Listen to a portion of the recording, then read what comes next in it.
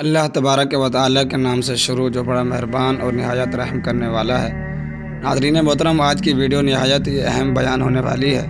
میری آپ سے گزارش ہے کہ مسلمان ہونے کے ناطے اس ویڈیو کو اینڈ تک ضرور دیکھیے گا، کیونکہ آج کی اس ویڈیو کے اندر ہم آپ کو مسئلہ فلسطین بیان کریں گے کہ مسئلہ فلسطین آخر میں ہے کیا اور کفار مسلمانوں کے خلاف اکٹھے کیوں ہو رہے ہیں۔ ویڈیو سننے سے پہلے میری گزارش ہے ہمارے اس چینل کو سبسکرائب ضرور کریں اور اس کو لازمی شیئر بھی کریں۔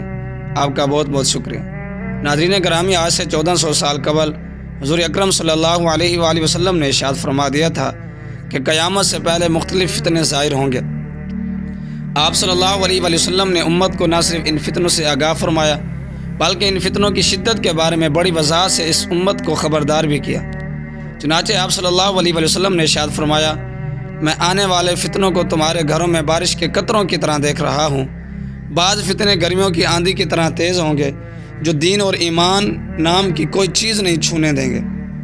بعض فتنے ایسے شدید ہوں گے کہ ان کی طرف جھانکنے والا بھی ان میں مبتلا ہو جائے گا، اور ایک آدمی صبح کے وقت مومن ہوگا اور رات کو کافر ہو جائے گا۔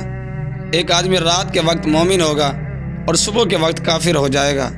لوگ دولت کے بدلے اپنا دین ایمان بیچ ڈالیں گے، اور فتنوں کے دوران ایمان پر قائم رہنا اتنا مشکل ہوگا جتنا آگ کا انگارہ ہاتھ میں لینا مشکل ہو جاتا ہے۔ ناظرین محترم، آپ جانتے ہیں کہ یہ قرب قیامت کا دور جا رہا ہے۔ قیامت کی چھوٹی نشانیاں تقریباً پوری ہو چکی ہیں، اور ابھی قیامت کی بڑی نشانیاں پوری ہونی ہیں، جن میں دجال کا آنا، یاجوج ماجوج کا نکلنا اور دابۃ الارض کا نکلنا، اور سورج کا مغرب سے طلوع ہونا وغیرہ ہے۔ یہودی اس بات پر یقین رکھتے ہیں جب ان کا مسیح دجال آئے گا تو وہ پوری دنیا پر حکومت کریں گے اور ہر طرف یہودیت کا ہی پرچار ہوگا، تمام ادیان نیست و نابود ہو جائیں گے۔ چنانچہ اسی وجہ سے یہودی مسلمانوں کو ختم کرنے کے در پہ ہیں، اور وہ مسلمانوں کے خلاف جنگ شروع کرنے جا رہے ہیں، کیونکہ ان کا یہ عقیدہ ہے کہ جب تک مسجد اقصیٰ کو گرائے نہیں جائیں گے اور مسلمان اشتعال انگیز نہیں ہوں گے، اس وقت تک ان کا جھوٹا مسیح دجال نہیں نکلے گا۔ چنانچہ اسی وجہ سے آج یہودیوں کا سوشل میڈیا پر، انٹرنیٹ پر تقریباً ہر چیز پر قبضہ ہو چکا ہے۔ وجہ صرف یہ ہے کہ مسلمان ریاستوں کے لیڈر اپنی ریاستوں کے حق میں مخلص نہیں ہیں، وہ ڈالروں اور دولت کے پجاری ہیں، جس کی بنا پر اہل کفار ان کو ڈالروں کی پیش کچھ کرتے ہیں اور اپنی مرضی کے مطابق ان سے فیصلے کروا لیتے ہیں۔ چنانچہ آپ یہ دیکھ سکتے ہیں کہ اب تقریباً تمام مسلم ممالک کے اندر زناکاری، شرک، بے عملی، جھوٹ، فریب، دھوکہ، والدین کی نافرمانی، خیانت، فحاشی، بے حیائی، قتل و غارت، بے رحمی، یہود و نصارہ کے اعتبار وغیرہ تمام فتنے آ چکے ہیں، اور ان تمام فتنوں کا اصل سبب علم دین سے دوری ہے۔ جیسے جیسے لوگ قرآن و حدیث کے علم سے نا آشنا ہوتے جا رہے ہیں، ویسے ویسے لوگ گمراہیوں اور فتنوں میں مبتلا ہوتے جا رہے ہیں۔ قرآن و حدیث سے عام مسلمانوں کی غفلت اور بے پرواہی پہلے ہی کچھ کم نہ تھی کہ امریکہ میں ہونے والے 11 ستمبر کے واقعات نے اہل علم کے لیے بہت بڑا لمحہ فکریہ پیدا کر دیا۔ قرآن و حدیث کے ساتھ کفار کی دشمنی کھل کر سامنے آ گئی ہے۔ قرآن و حدیث پر پریشان خیال کی قبطی کسناک کسی اجمی کی تصنیف کہہ کر مذاق اڑانا، پہلے لوگوں کی کہانیاں کہہ کر استہزاء کرنا، اسے معاذ اللہ حزین سمجھنا، اس کی جگہ کوئی دوسری کتاب لانا یا اس کی آیات تبدیل کرنے کا مطالبہ کرنا، یہ سب کچھ تو رسول اکرم صلی اللہ علیہ وسلم کے زمانہ مبارک میں ہی شروع ہو گیا تھا۔ تب سے اب تک کسی نہ کسی شکل میں کفار کی بے مضمون حرکتیں جاری ہیں۔ چنانچہ 1908 عیسوی میں برطانیہ کے وزیر نو عباد نے ایک بیان دیا تھا۔ اس نے کہا تھا کہ جب تک مسلمانوں کے پاس قرآن مجید موجود ہے وہ ہمارے راستے میں مزاحمت کریں گے، ہمیں قرآن کو ان کی زندگیوں سے خارج کر دینا چاہیے۔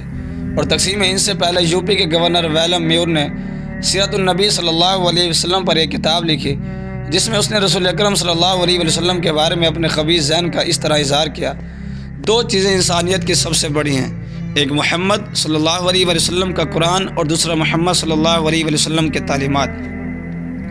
ناظرین محترم، مسلمانوں کے خلاف اسی بغض و عناد کی بنا پر اہل کفار مسلمانوں کے خلاف اکٹھے ہو رہے ہیں۔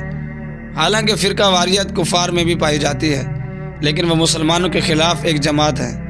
چنانچہ آپ نے دیکھا ہوگا کہ جیسے ہی فلسطین نے اسرائیل پر حملہ کیا ہے، تمام کفار اسرائیل کے ساتھ اکٹھے ہونے شروع ہو گئے ہیں اور اسرائیلی وزیر اعظم نیتن یہودی کو امریکی صدر جو بائیڈن کو فون کر کے امداد کو کہا۔ چنانچہ اس نے یہ کہا کہ آپ جس طرح کی امداد چاہتے ہیں ہم آپ کو ویسی امداد دیں گے، اور اسرائیل کے ہر شہری کی حفاظت ہماری ذمہ داری ہے۔ اس بات سے آپ یہ اندازہ لگا سکتے ہیں کہ کفار کے دلوں میں مسلمانوں کے خلاف کس قدر بغض اور رہنمائی ہے۔ پیارے دوستو، فلسطین انبیاء کی سرزمین ہونے کے علاوہ مسلمانوں کا قبلہ اول بھی ہے۔ کسی زمانے میں یہودی یہاں کے حکمران تھے، لیکن پہلے بابل کی کلدانی بادشاہ بخت نصر نے 500 عیسوی قبل مسیح میں بیت المقدس کو فتح کر کے ہیکل سلیمانی کو تباہ و برباد کیا۔ اس کے بعد یونانی اور رومی تخت نشین ہوئے۔ 70 عیسوی میں رومیوں نے نہ صرف بیت المقدس کو تباہ و برباد کیا بلکہ یہودیوں کو زبردست قتل عام کیا، جبکہ بچ جانے والے یہودی دنیا کے کئی ممالک میں منتشر ہو گئے۔ تاہم یہودی فلسطین کو پھر سے ایک وطن کے طور پر حاصل کرنے کے خواب دیکھتے رہے۔ چنانچہ 1977 عیسوی میں پہلی دفعہ یہودیوں نے اپنے لیے ایک علاقے کا مطالبہ کیا جو چوری چھپے فلسطین میں آباد ہونے لگے۔